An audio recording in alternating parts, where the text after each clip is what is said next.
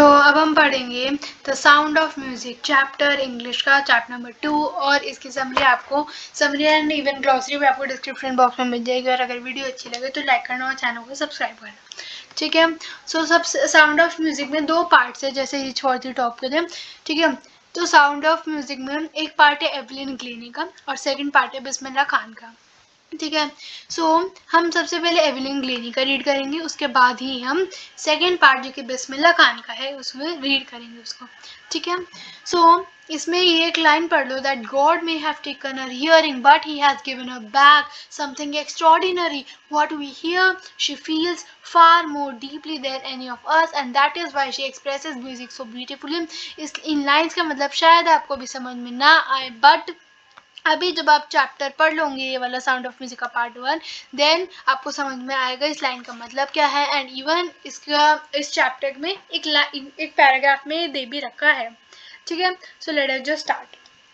Rush hour clouds just jostle for position on the underground train platform. A slight girl looking younger than her 17 years was nervous yet excited as she felt the vibrations of the approaching train. Jostle होते हैं जब वो एक दूसरे को धक्का मारते हैं, एंड स्लाइड होता है very small very thin. So ये सीन ट्रेन प्लेटफॉर्म का है and there is very huge rush at the platform and people are just pushing each other so that they can get away, ठीक है। तो इधर एक स्मॉल गर्ल है जिसका नाम है एवलिन, जो कि उधर ट्रेन प्लेटफॉर्म पे खड़ी है, उधर ट्रेन का वेट कर रही है। एंड उसे ना जो जब ट्रेन आ रही है तो उसे उसकी वाइब्रेशंस फील हो रही है एंड शी रियलाइजेस दैट जो ट्रेन है वो आने वाली है। और वो ना उसके अंदर मिक्स्ड फीलिंग थी, she was nervous as well as she was excited. अब यही वो ट्रेन थी जो एवलिन को लंदन तक पहुंचाएगी और उसके लाइफ में इतना बड़ा बड़ा जो अचीव होने वाला था वो इसी ट्रेन की वजह से होगा, जो उसने एक बड़ा मूव उठाया था, इस ट्रेन को पकड़ा था, लंदन गई थी और कैसे अपनी ज़िंदगी बनाई थी। वो लंदन जा रही थी जिससे वो म्यूज़िक सीख सके, और क्योंकि उसे रॉयल अकेडमी ऑफ म्यूजिक जो बहुत बड़ी अकेडमी है लंदन में, उधर उसका एडमिशन मिल गया था। Right now Evelyn basically Scotland में है, ठीक है। स्कॉटलैंड जो है उधर ही वो रहती है, ठीक है। जैसे लंदन में है ना बहुत लाइफ ऐसे मॉडर्न फास्ट, तो स्कॉटलैंड में ऐसी लाइफ नहीं है। स्कॉटलैंड में जो मतलब स्कॉटलैंड जो है उधर फार्म्स है, ठीक है। So that is why Evelyn nervous है, but just because she is going to London to learn music, so she is excited as well, ठीक है। एंड वो ये ऐसा कर रही थी, शी वॉज एक्साइटेड ऑल्सो, क्योंकि वो कोई ऐसी चीज कर रही थी जिसके लिए उसने हमेशा से सपने देखे थे, ठीक है। And she is going to Royal Academy of Music to learn the music. It was the first day at the prestigious Royal Academy of Music in London and daunting enough for any teenager fresh from a Scottish farm, but this aspiring musician faced a bigger challenge than most. He was profoundly deaf. So daunting होता है बहुत डरावना, ठीक है। Evelyn जो कि 17 साल की थी, ठीक है, वो एक ऐसी टीनेजर थी जो कि स्कॉटलैंड से बिलोंग करती थी। एंड जस्ट बिकॉज वो स्कॉटलैंड से बिलोंग करती थी, जैसा कि मैंने बताया वहाँ बहुत फार्म्स थे एंड उसने मॉडर्न फास्ट लाइफ देखी नहीं थी, and now she was going to London, ठीक है। बट दिस इज, अब इधर जो लाइन लिखी है ना, बट दिस एस्पायरिंग म्यूजिशियन वाली, ये मैं आपको बताती हूँ। एस्पायरिंग म्यूजिशियन इसका मतलब होता है a person who wants to become a musician, है ना। एंड प्रोफाउंडली डेफ मतलब एब्सोल्युटली डेफ, ठीक है। अब वो नहीं सुन सकती थी, so Evelyn could not hear and this was a bigger challenge for her, क्योंकि अब वो म्यूजिक सीखना चाह रही थी एंड वो जबकि सुन भी नहीं सकती थी। एवलिन जो थी, she was moving from a rural area to a Scottish farm to a fast life. It was a smaller challenge, लेकिन उससे भी बड़ा उसके लिए चैलेंज था दैट वो सुन नहीं सकती थी। Evelyn Glennie's loss of hearing had been gradual, her mother remembers noticing something was wrong with them. The 8-year-old Evelyn was waiting to play the piano. They called her name and she did not move. I suddenly realized she had not heard, says Isabel Glennie. For quite a while, Evelyn managed to conceal her growing deafness from friends and teachers. But by the time she was 11, her marks had deteriorated, and her headmistress urged her parents to take her to a specialist, ठीक है। So basically जो Evelyn Glenny है उसे याद है, ठीक है, in fact उसके मम्मी को याद है, ठीक है। अगर जो लाइन लिखी है, Evelyn Glennie's loss of hearing had been gradual, slowly slowly उसे जो अपनी सुनने की क्षमता है उसने लूज करनी स्टार्ट की थी, और एक दिन ऐसा आया था जब वो सुन ही नहीं पाई थी, ठीक है। सो इसेबल ग्लेनी किसका नाम है, इधर लिखा है ना इसेबल ग्लेनी, सो बेसिकली इधर किसका नाम है, एवलिन ग्लेनी की माँ का, उसकी मम्मी का। सो एवलिन की जो मदर है उसे उन्हें एक इंसिडेंट याद है कि जब एवलिन 8 साल की थी, सो एवलिन का वो पियानो बजाने का वेट कर रहे थे, that when she will play the piano, और जब उसका नाम बुलाया गया एवलिन तो उसने रिस्पॉन्ड नहीं किया, and her mother realize that Evelyn did not respond to her name, इसका मतलब उसने सुना नहीं है, ठीक है। As Evelyn lost her sense of hearing in phases, it was a gradual process, in the beginning when she could hear partially, जब वो थोड़ा थोड़ा सुन पाती थी तो उसने अपनी ना सुनने की जो वो थी कि वो नहीं सुन सकती थी, वो अपने अपने फ्रेंड्स और टीचर से छुपा ली थी, लेकिन जब तक वो 11 साल की हुई उसके जो मार्क्स है वो रेड्यूस होना स्टार्ट हो गए, और इसलिए उसके जो हेड मिस्ट्रेस है उन्होंने उनके पेरेंट्स को कहा दैट आप इसे एक स्पेशलिस्ट के पास ले जाओ। It was then discovered that her hearing was severely impaired as a result of gradual nerve damage. They were advised that she could be fitted with hearing aids and sent to a school for the deaf, and everything suddenly looked black, says Evelyn. सो जब उसकी head mistress ने उसके parents को कहा that आपको specialist के पास लेके जाना चाहिए उसे, और जब डॉक्टर ने एवलिन को चेक किया तब पता चला दैट एवलिन ने अपनी सुनने की क्षमता ही खो दी है, वो सुन नहीं सकती, और उन्होंने एवलिन के पेरेंट्स को किसने, डॉक्टर ने एडवाइस किया दैट उसको मतलब पेरेंट्स को एवलिन के लिए हियरिंग एड्स लेने चाहिए, ठीक है। हियरिंग एड्स होते हैं बेसिकली जो कि जो डेफ लोग होते हैं उनकी ईयर में ऐसे फिट किए जाते हैं जिससे वो कुछ थोड़ा थोड़ा सुन पाते हैं, ठीक है। तो वो कहते हैं दैट आपको उसको हियरिंग एड्स उसके लिए ले आओ आप, उसके ईयर्स में फिट करवा दो, एंड दैट एवलिन जो है उसको डेफ चिल्ड्रन के स्कूल अब जाना पड़ेगा, ठीक है। Now when Evelyn discovered that she could not hear, she had lost the ability to hear, so everything looked black, इसका मतलब क्या है, that it means that all of a sudden you got such a bad news that now everything looks so black, उसके जो सपने थे उनका क्या है ना, so that in return you see blackness all around you, and that is how Evelyn responded to this news, ठीक है। that कैसे उसके इतने बड़े बड़े ख्वाब थे लेकिन अब just because she was found deaf, so उसे ऐसा लगा जैसे उसके सपने पूरे नहीं होंगे, but Evelyn was not going to give up. She was determined to lead a normal life and pursue her interest in music. One day she noticed a girl playing a xylophone and decided that she wanted to play it too. Most of the teachers discouraged her, but percussionist Ron Forbes spotted her potential. He began her by tuning two large drums to different notes. Don't listen through your ears, he would say. Try to sense it some other way, says Evelyn. Suddenly I realized I could feel the higher drum from the waist up and the lower drum from the waist down. Forbes repeated the exercise and soon Evelyn discovered that she could sense certain notes in different parts of her body. I had learned to open my mind and body to sounds and vibrations. The rest was sheer determination and hard work. ठीक है, लेकिन Evelyn ना अपने सपनों पे give up करने वाली नहीं थी, ठीक है। She was very determined, she was very dedicated कि उसे नॉर्मल लोगों वाली लाइफ जीनी है, और जो उसका म्यूजिक में इंटरेस्ट है, उसको जो म्यूजिशियन बनना है वो उसे परस्यू करना है। सो एक दिन वो एक लड़की को देखती है जो कि जाइलोफोन प्ले कर रही थी। जाइलोफोन भी एक म्यूजिकल इंस्ट्रूमेंट ही होता है। So she saw a girl was just playing xylophone, and वो डिसाइड करती था उसे भी ये सब प्ले करना है ना। उसकी कई सारी टीचर्स थी जिन्होंने उसे डिस्करेज किया that you are a deaf children and you cannot play it, लेकिन रॉन फॉर्बेस ने उसका पोटेंशियल पहचाना, उसकी जो एबिलिटी थी वो पहचाना, एंड उन्होंने क्या किया, दो बड़े बड़े ड्रम लिए, डिफरेंट डिफरेंट नोट्स में उन्होंने ट्यून कर दिया, और एवलिन को कहा दैट अब तुम्हारे पास ईयर्स नहीं है ना, तो don't listen through your ears, तुम किसी और वे से उन साउंड्स को सुनने की कोशिश करो। और तभी एवलिन ने रियलाइज किया दैट जो हायर ड्रम के साउंड है वो उसे वेस्ट अप, मतलब जो वेस्ट के जो कमर के ऊपर का हिस्सा है वो उधर से सुन सकती है, एंड जो उसका लोअर ड्रम है वो वेस्ट डाउन से सुन सकती है ना। सो वो मतलब ऐसे दोबारा ही एक्सरसाइज करवाते थे एंड एवरिन ने डिस्कवर किया that she could sense certain notes in different parts of her body. ठीक है.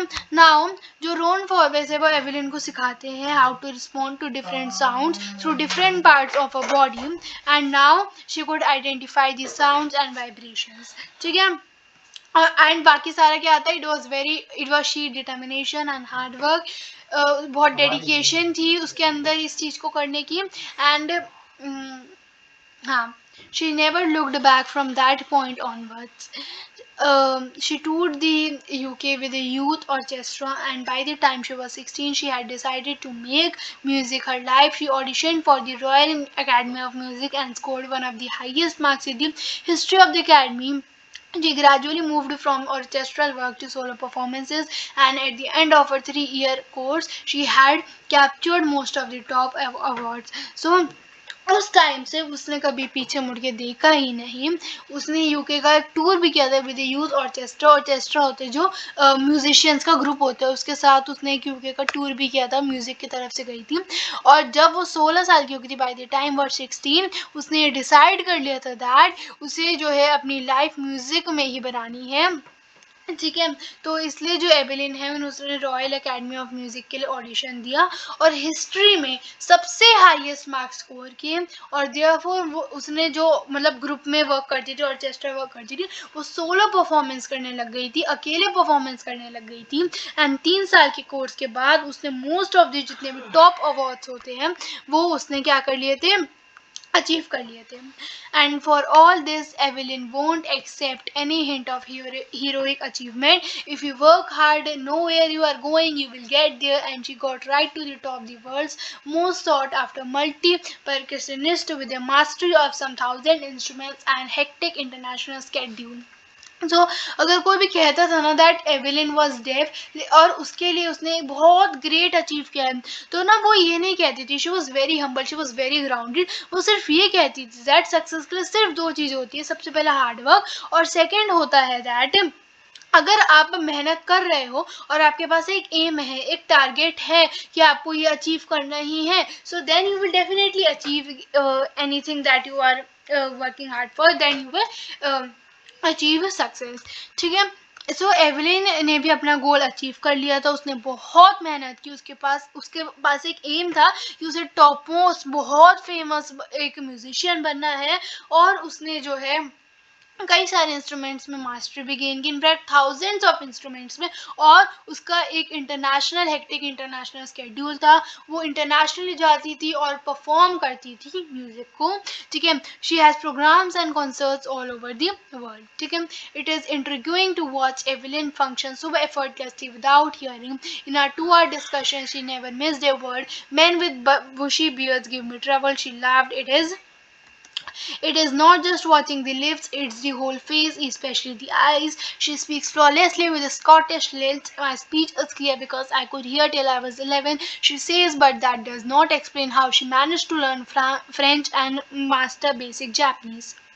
तो बेसिकली जब आप एवेलिन को परफॉर्म करते देखो ना, वो इतना एफर्टलेसली परफॉर्म करती है. ऑल्दो वो सुन नहीं सकती बट लेकिन वो इतना एफर्टलेसली परफॉर्म करती है दैट हम भी क्यूरियस हो जाते हैं. तुम भी क्यूरियस हो जाओगे that Evelyn can identify even the slightest and the minute sound जो कि कोई भी म्यूजिकल इंस्ट्रूमेंट बजाता है, क्योंकि उसने म्यूजिक को अपने every part of the body, हर एक बॉडी के पार्ट में बसा लिया था दैट अब वो म्यूजिक इंस्ट्रूमेंट की हर एक आवाज़ को सुन सकती थी. हाँ, ये इंटरव्यू की बात है दैट जब इंटरव्यू ले रहे थे जो राइटर है that is Deborah Cowley, when he was taking the interview of Evelyn जो कि 2 घंटे तक चला था. जो राइटर कहते हैं दैट एवेलिन ने एक भी वर्ड मिस नहीं किया था. जो जो मैं बोल रहा था है ना, उस बात का वो रिप्लाई दे रही थी although she could not speak. तो एवेलिन कहती है दैट जिन मैन की जो लॉन्ग एकदम बुशी बियर्ड्स होती है ना, वो बहुत ट्रबल देती है क्योंकि उसके पास आंखें तो थी तो वो ना उनके लिप से पहचानती थी, है ना. लेकिन अगर जिनकी बियर्ड्स होती थी तो वो उसे ट्रबल देते क्योंकि जब वो बोलते थे ना, so she can not see their lip movement क्योंकि उनके लिप्स जो थे they were covered with that beard. ठीक है. नाउ एवेलिन सेज दैट जो वो लिप मूवमेंट नहीं देखती किसी पर्सन का, वो सिर्फ वो ही नहीं देखती to make out that what the person is speaking, वो पूरे फेस को देखती है, वो पूरे फेस के एक्सप्रेशन को देखती है और तब पहचानती है दैट व्हाट ही और शी इज स्पीकिंग। ठीक है, ना वो फ्लॉलेसली बोलती है with Scottish lilts, basically Scottish accent के साथ बोलती है। एंड वो कहते हैं दैट मेरी स्पीच इसलिए क्लियर है क्योंकि मैं 11 साल की थी जब तक सुन सकती थी, इसलिए मेरी स्पीच थोड़ी थोड़ी क्लियर है। लेकिन बट आफ्टर बिकमिंग डेफ उसने एवेलिन ने 2 और लैंग्वेज सीखी, that is French and basic Japanese. लेकिन ये उसे नहीं पता that how could she learn these 2 language although she was deaf. ठीक है, समझ में आया? As for music she explains it pours in through every part of my body, it tingles in the skin, my cheek bones and even in my hair. When she plays the xylophone, she can sense the sound passing up the stick into her fingertips. By leaning against the drum, she can feel the resonances flowing into her body, and on a wooden platform, she removes her shoes so that the vibrations pass through her bare feet and up her legs. ठीक है, so basically वो बताती है that कैसे जो music है वो उसकी हर एक पार्ट ऑफ बॉडी में बस गया है ना। सो एवलिन एक्सप्लेन करती है दैट वो म्यूजिक को आइडेंटिफाई करती है, कैसे वो म्यूजिक को आइडेंटिफाई करती है, उसकी स्किन में जिसका सेंसेशन होती है, उसकी चीक बोन्स में एंड इवन इसके हेयर में, और हर एक बॉडी का पार्ट म्यूजिक को रिस्पॉन्ड करता है, म्यूजिक को फील करता है। एंड जब वो जाइलोफोन को प्ले करती है, तो जब वो स्टिक्स यूज करती है उसको बजाने के लिए टू प्ले दी जाइलोफोन, जितनी भी साउंड होती है जो पास हो रही होती है वो अपने फिंगर टिप से उन्हें क्या कर सकती है, फील कर सकती है। एंड जब वो ड्रम बजाती है तो वो ड्रम पे ऐसे लीन हो जाती है। ठीक है, मतलब ऐसे ना, लाइक ऐसे हो जाती है, लीन हो जाती है। ठीक है, जिससे जो भी रेजोनेंसेस फ्लो हो रही है, ठीक है, जितनी भी साउंड्स की एको वो हो रही है, प्रोड्यूस हो रही है, वो उसको सुन सकें। लीन होते हैं वैसे जब हम सहारा ले लेते हैं, ये कह सकते हो। सो जो है वो ड्रम की जो रेजोनेंसेस होते हैं अपनी बॉडी में फ्लो करती हुई पाती है। एंड वुडन प्लेटफॉर्म में वो शूज़ को रिमूव कर लेती है सो दैट जो वाइब्रेशन होती है वो उसकी फीट और उसके लेग से पास होकर जाती है। Not surprisingly, Evelyn delights her audiences. In 1991, she was presented with the Royal Philharmonic Society's prestigious Soloist of the Year award, says Master James Blades. God may have taken her hearing, but he has given her back something extraordinary. What we hear, she feels far more deeply than any of us. That is why she expresses music so beautifully. मैंने आपसे कहा था that ये line आपको आएगी, और अब I think इसका आपको मतलब समझ भी आया होगा, है ना। सो एवलिन जो है she is very happy to hear. ठीक है, सो वो कई सारे सोलो परफॉर्मेंसेस भी देती है। एंड 1991 में she was awarded with the Royal Philharmonic Society's prestigious Soloist of the Year award for performing solo। ठीक है, वो अपने ऑडियंसेस को बहुत खुश भी करती है। अब जो जेम्स ब्लेड्स होते हैं उसे मास्टर परकशनिस्ट, वो कहते हैं दैट ऑल दो एवली गॉड ने, जो भगवान है, उन्होंने उसकी सुनने की क्षमता ले ली, लेकिन उसके पीछे उन्होंने कुछ एक्स्ट्रा ऑर्डिनरी दिया है, जो हम सुनते हैं वो फील करती है और बहुत ज़्यादा गहराई से फील करती है। दैट इज़ वाई वो म्यूजिक को बहुत ब्यूटीफुली एक्सप्रेस करती है। Evelyn confesses that she is something of a workaholic. I have just got to work often harder than classical musicians, but the rewards are enormous. Apart from the regular concerts, Evelyn also gives free concerts in prisons, hospitals. She also gives high priority to classes for young musicians. And Richlin of the Beethoven Fund for Deaf Children says she is a shining inspiration for deaf children. They seem that there is nowhere that they cannot go. So Evelyn कहती है that she is something of a workaholic, मतलब who is very hard working, who cannot stay without working, है ना। So वो कहती है that I have just got to work often harder than classical musicians। ठीक है, now to be at par with those people who can hear, who are classical musicians, Evelyn उनसे भी ज़्यादा काम करती है। रेगुलर जो अपने कॉन्सर्ट्स तो वो देती है, उसके अलावा एवलिन प्रेजेंस में, जेल्स में, हॉस्पिटल्स में भी फ्री कॉन्सर्ट देती है। And young musicians who are keen to learn music, वो उन्हें भी म्यूजिक सिखाती है। एंड एवलिन जो है she is a shining inspiration for all of us, she is an idol for all of us. And रिचलिन जो who belongs to the Beethoven fund for deaf children says that Evelyn एक shining inspiration है हर एक उस बहरे बच्चे के लिए, हर एक उस डेफ चिल्ड्रन के लिए जो सुन नहीं सकता है ना। And when they get to know Evelyn's story, they feel that they can also achieve anything, they can also achieve something जो वो चाहते हैं, they can fulfill all their dreams.